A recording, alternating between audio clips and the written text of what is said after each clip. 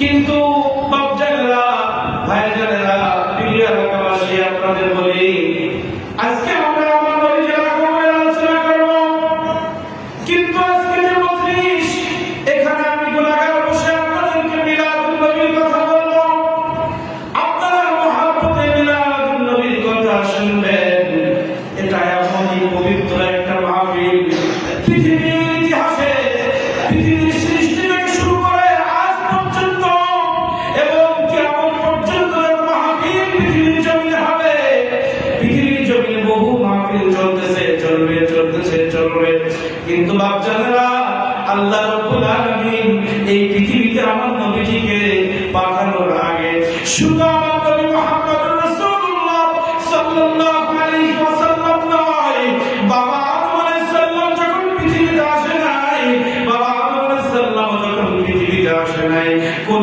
নবী যখন পৃথিবীতে আসে নাই কোন মানুষের অস্তিত্ব যখন পৃথিবীর জমিনে পড়ে নাই এমন একটা সময় যখন শুধুমাত্র আদম আলাইহিস সালাম থেকে শুরু করে ঈসা রূহুল্লাহ পর্যন্ত এবং এখন বর্তমান বিশ্বে কোটি কোটি মানুষ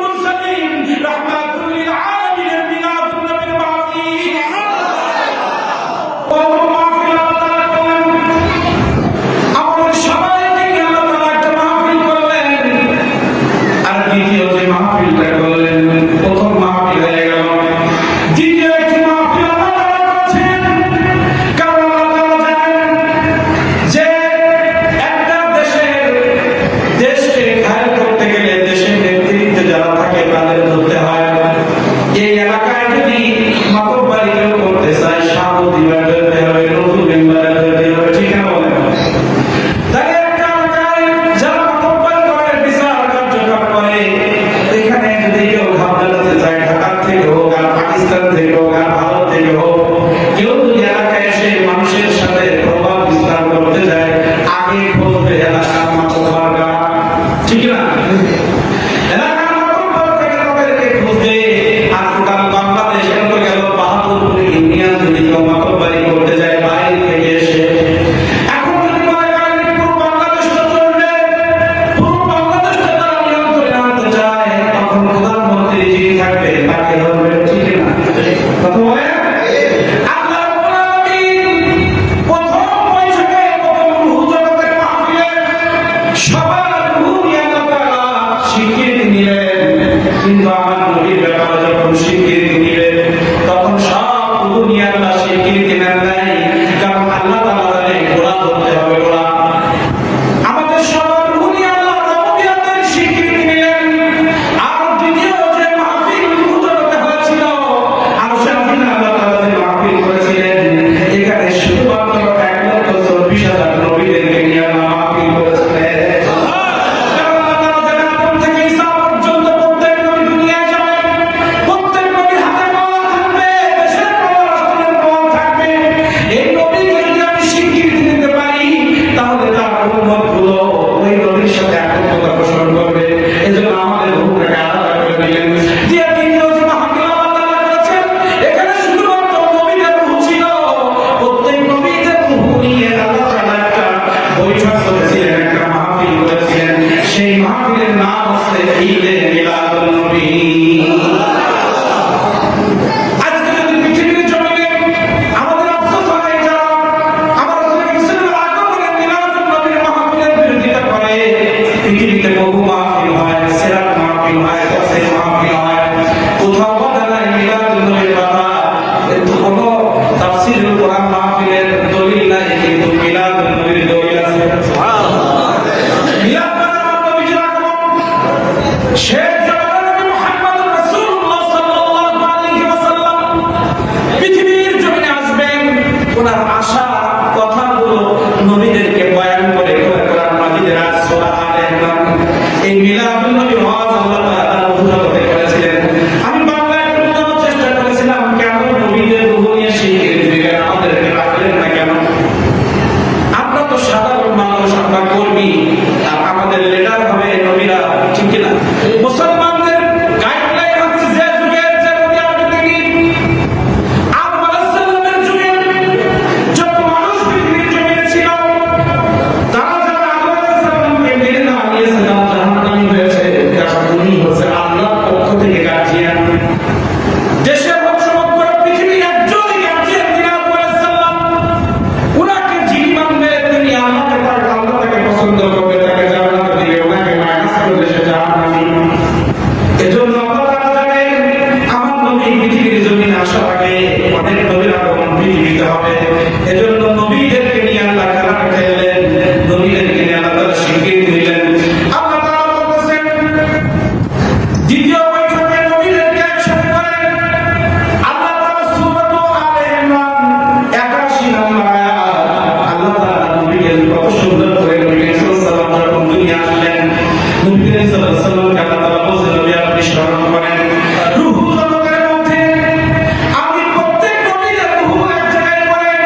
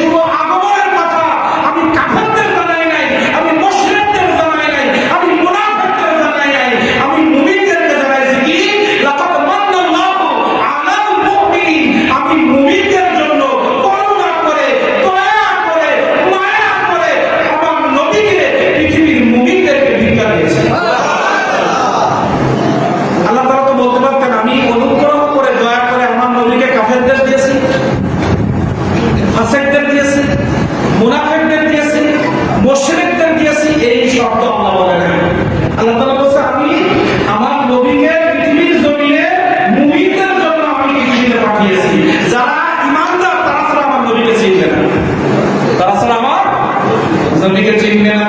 আল্লাহ তাআলা বলেন যে আপনি স্মরণ করেন ওয়া ইন যখন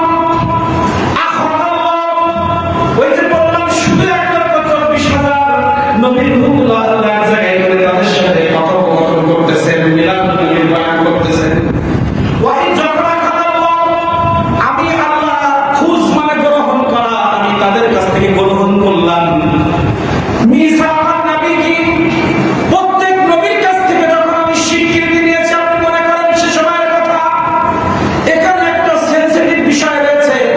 আমার নবী মুহাম্মদুর রাসূলুল্লাহ সাল্লাল্লাহু আলাইহি সাল্লামকে আল্লাহ তাআলা পৃথিবীতে পাঠানোর পরে এই আয়াত যখন আল্লাহ তাআলা রাসূলকে শোনাচ্ছেন, তখন বলতেছে আপনি স্মরণ করেন সে সময়ের কথা। এই আয়াতগুলো দিয়ে আমি নবীকে সাল্লাল্লাহু গায়েব প্রমাণ করতে পারবেন, আজকে ওলাইতে যাব না।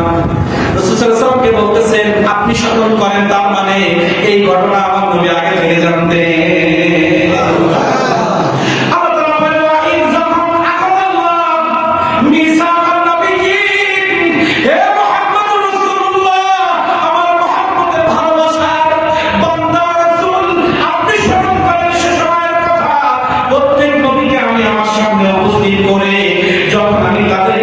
স্বীকৃতি নিয়েছিলাম প্রত্যেক নবীকে আল্লাহ তাআলা বলছেন হে আদম, হে মুসা, হে ঈসা, হে মুসা, সুলাইমান, ইব্রাহিম, ইসমাঈল, আমি তোমাদের সবাইকে বলতেছি আমি একে একে আদমকে প্রথম পৃথিবীতে পাঠাবো, এরপর সিরিয়াল টু সিরিয়াল ঈসা পর্যন্ত 1,40,000 নবী আমি পৃথিবীর জমিনে পাঠাবো।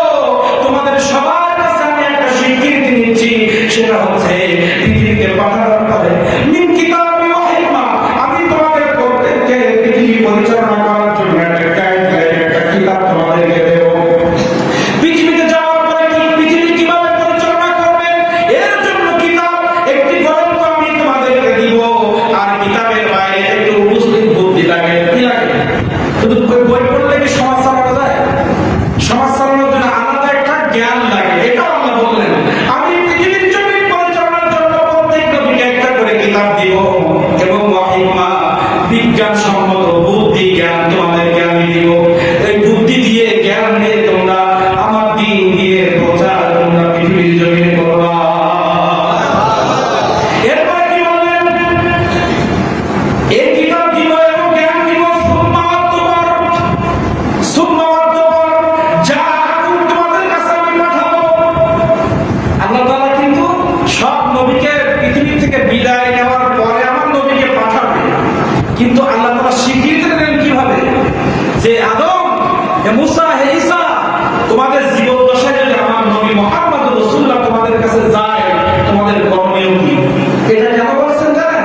আল্লাহ তাআলা প্রত্যেক নবীর শেষে আমাদের নবীকে পাঠাবেন, কিন্তু নবীদের কাছ থেকে স্বীকৃতি নেওয়া হচ্ছে এটাই প্রত্যেক নবী তার উম্মতদেরকে ইন্তেকালের আগে যেন জানিয়ে যায় কিয়ামতের আগে তোমাদের জীবদ্দশায় নবী মুহাম্মদুর রাসূলুল্লাহ পৃথিবীতে আসে, তার উপরে ঈমান আনবা, তাকে সাহায্য করবা। তার উপরে ঈমান আনবা, তাকে সাহায্য করবা। এবার প্রত্যেক নবীকে বলছে আমি তোমাদের পৃথিবীতে পাঠাবো, পাঠানোর পরে কিতাব দিব, জ্ঞান দিব। সুন্নাতুল্লাহ জাআকুম, তোমাদের জীবদ্দশায় একজন যাবে কে? রাসূলুন, আমার প্রিয় মহব্বতের নবী, আমার প্রিয় নবী, পৃথিবীর প্রধান আকর্ষণ, যাকে সৃষ্টি না করে আদম, তোমাকে সৃষ্টি করার কল্পনা আমার মাথায় ছিল না। যখন আমার নবীর নূর মুবারক সৃষ্টি করেছি, এই নূরের মুহাম্মদকে আমি এত ভালোবাসি, এই নবী মুহাম্মদুর রাসূলুল্লাহকে আমি পৃথিবীতে ভ্রমণ করাবো। এই পৃথিবীতে ভ্রমণ করার চিন্তা যখন চলে আসছে, তখনই পৃথিবী সৃষ্টি করার, মানুষ সৃষ্টি করার পরিকল্পনা আল্লাহ তাআলা করেছেন। আল্লাহ তাআলা বলেন রাসূলুন মুসাদ্দিকুন লিমা মাআকুম, আমি একজন নবী, সত্য দিন নিয়ে, সত্য জ্ঞান নিয়ে আমি একজন নবীকে তোমাদের জীবদ্দশায় পৃথিবীর জমিনে পাঠাবো। লিমা মাআকুম, তোমাদের মধ্যে আমি পাঠাবো। যখন আমার নবী মুহাম্মদুর রাসূলুল্লাহ, হে আদম তোমার জীবদ্দশায় যদি যায়, হে মুসা তোমার জীবদ্দশায় যদি যায়, হে ঈসা তোমার জীবদ্দশায় যদি যায়, হে ইব্রাহিম তোমার জীবদ্দশায় যদি আমার নবী মুহাম্মদুর রাসূলুল্লাহ তোমাদের কাছে যায়, লা তুমিনুল্লাহ, তোমরা আমার মুহাব্বতের নবীর উপর ঈমান আনবা।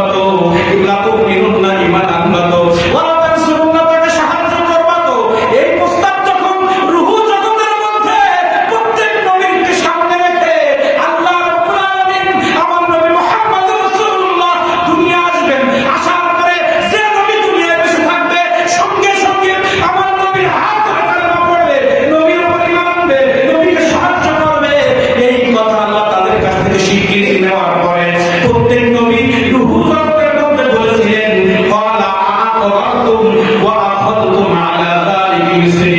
হে আল্লাহ, আপনি আমাদের কাছে যেটা বলতে চেয়েছেন আমরা বুঝতে পেরেছি। আমি আদম যদি দুনিয়ায় থাকা অবস্থায় মুহাম্মদুর রাসূলুল্লাহ যদি পৃথিবীতে আসে তার উপর ঈমান আনতে হবে, তাকে সাহায্য করতে হবে। আমি আদম স্বীকৃতি দিলাম, আমি মূসা স্বীকৃতি দিলাম, আমি লূত স্বীকৃতি দিলাম, আমি সুলাইমান স্বীকৃতি দিলাম। আমার রাষ্ট্র পরিচালনার মধ্যে নবী মুহাম্মদুর রাসূলুল্লাহ যদি পৃথিবীর জমিনে আসে ক্বালা আকরারতুম ওয়া আখাযতুম আলা যালিকা ইসরি। হে আল্লাহ, আমি নবী মুহাম্মদুর রাসূলুল্লাহর উপর ঈমান আনবো এবং দ্বীনের কাজের জন্য তার সহযোগিতা করব। এই কথা যখন প্রত্যেক নবী বলছিলেন, আল্লাহ তাআলা বললেন ক্বালু আকরারনা ক্বালা ফাশহাদু ওয়া আনা মা'আকুম মিনাশ শাহিদিন। নবীরা যখন বলল হ্যাঁ আমরা ঈমান আনবো, সাহায্য করব, তখন আল্লাহ তাআলা বললেন হে নবীরা তোমরাও সাক্ষী থাকো যে কথাটা আমার সাথে তোমরা দিলে, এই ব্যাপারে তোমরাও সাক্ষী থাকো, আমি আল্লাহ আমিও সাক্ষী থাকলাম। কি হলো? আমার নবী পৃথিবীতে আসার পরে তোমরা যে আমার নবীর উপর ঈমান আনবা, সাহায্য করবা, এই ব্যাপারে যে তোমরা স্বীকৃতি দিয়েছো, আমি আল্লাহ সাক্ষী থাকলাম, তোমরাও সাক্ষী থাকো, ফেরেশতারাও সাক্ষী থাকবে। এইবার সব রাষ্ট্রের শব্দ আল্লাহ তাআলা কি বললেন? সাবধান সাবধান, আমি আল্লাহ আমার সাথে কিন্তু তোমরা কথা দিয়েছো। এইবার যদি পৃথিবীর জমিনে আমার নবী মুহাম্মদুর রাসূলুল্লাহ যাওয়ার পরে যদি তাকে না মানো, ফামান তাওয়াল্লা বা'দা যালিকা ফাউলাইকা হুমুল ফাসিকুন।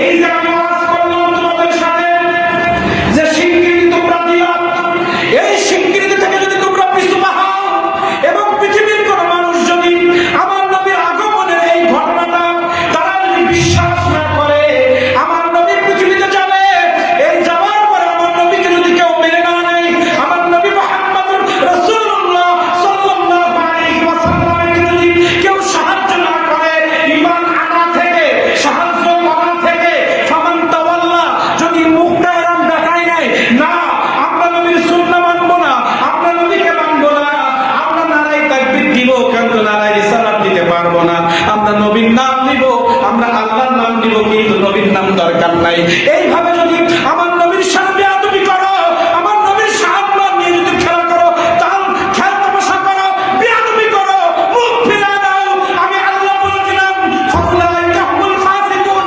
তোমরা পাপিষ্ঠ হবা, তোমরা ফাসিক হবা, তোমরা ঈমানহারা হয়ে যাবে। তোমরা কি হবা? পাপিষ্ঠ হয়ে যাবা যদি আমার নবীর থেকে তোমরা মুখে রাখো। নবীর থেকে কেমন মুখে রাখে? নবীর সুন্নাহর কথা বললে টিটকিরি করে। কি করে? টিটকিরি হয়, হয় কি হয় না? তা এই যে আমরা একটা আয়াতের আলোচনা করলাম, এখানে কি বোঝা গেল? আমার আল্লাহ তাআলা রূহ জগতে যে ওয়াজের মাহফিল করেছিলেন সেটা ছিল মিলাদুন নবীর মাহফিল।